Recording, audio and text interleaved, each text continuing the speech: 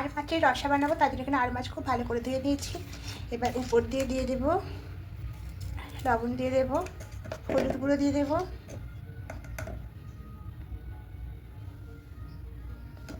আর সামান্য একটু সর্ষের তেল দেবো। যেই মাছে আঁশ থাকে না, এরকম সর্ষের তেল দিয়ে দেবেন, তাহলে ভাজার সময়তে একটু মাছটা কম ফুটবে। এবার দিয়ে খুব ভালো করে মাখিয়ে নেব।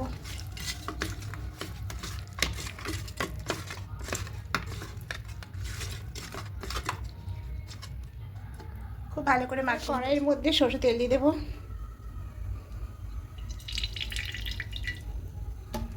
হয়ে গেছে, গ্যাসের আঁচটাকে একদম কমিয়ে দেব, দিয়ে মাছগুলো একে একে দিয়ে দেবো।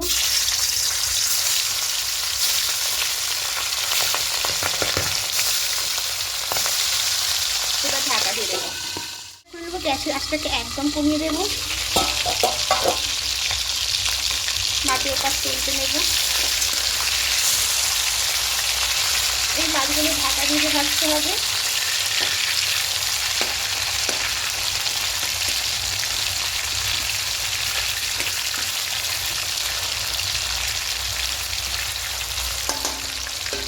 এবার গ্যাসের ফ্লেমটাকে বাড়িয়ে দেবো, বাড়িয়ে দিয়ে ঢাকা দিয়ে রেখে দেবো।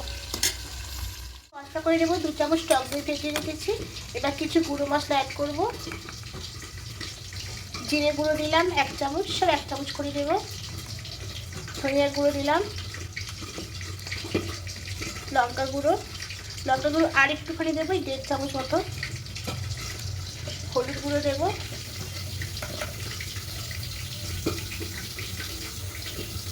সামান্য একটু চিনি দেবো। এবার এখানে জলটা অ্যাড করবো, দিয়ে খুব ভালো করে মিশিয়ে নেব।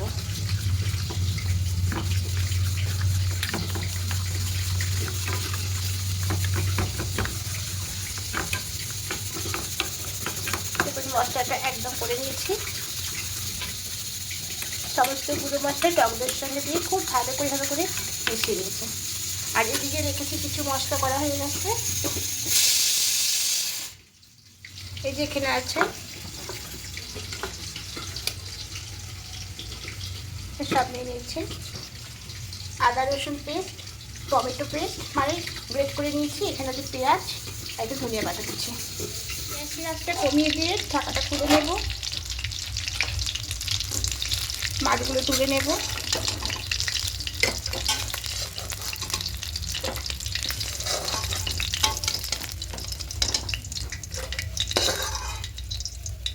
এবার বাকিগুলো দিয়ে দেবো, বাকিগুলো বলতে মাছের মাথাগুলোই আছে।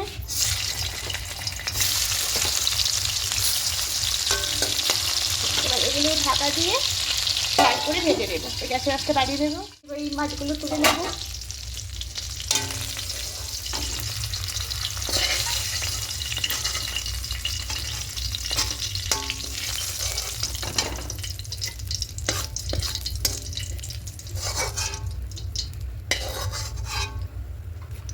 এবার আর একটু তেল দেবো।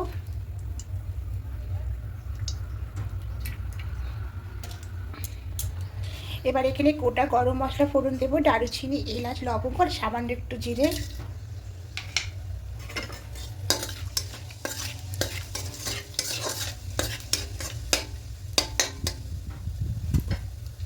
এবার এখানে দেবো পেঁয়াজ পেস্ট,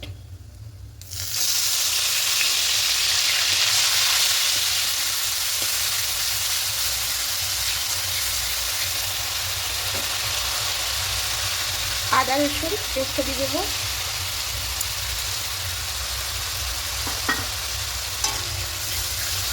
একটু ভালো করে কষিয়ে নেব, কাঁচা গন্ধটা চলে যাওয়া পর্যন্ত কষিয়ে নিয়েছি। এবার এখানে টমেটো পেস্ট দিয়ে দেবো।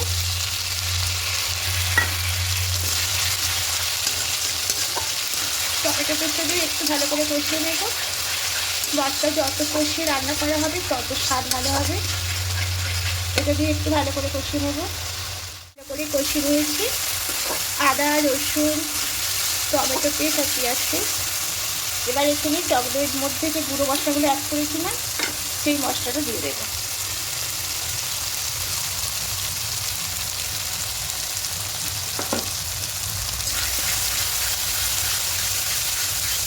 এবার এখানে পরিমাণ মতো লবণ অ্যাড করব।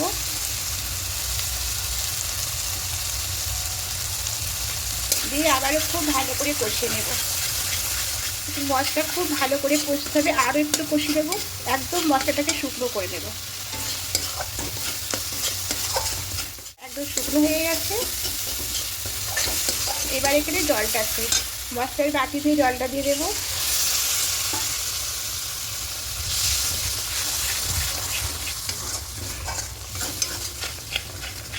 এবার আরও কিছুটা জল দেবো।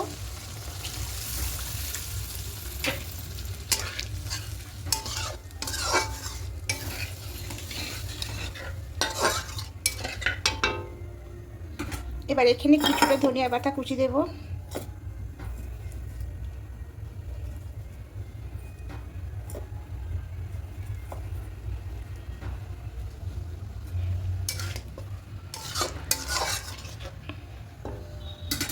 এবার একটু ফুটতে দেব। শুরু করে দিয়েছি। এবার এখানে মাছগুলো দিয়ে দেব।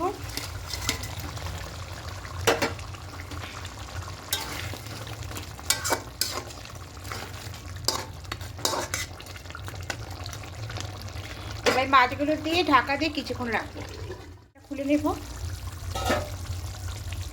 দেখুন মাছের ঝালটা একদম হয়ে গেছে।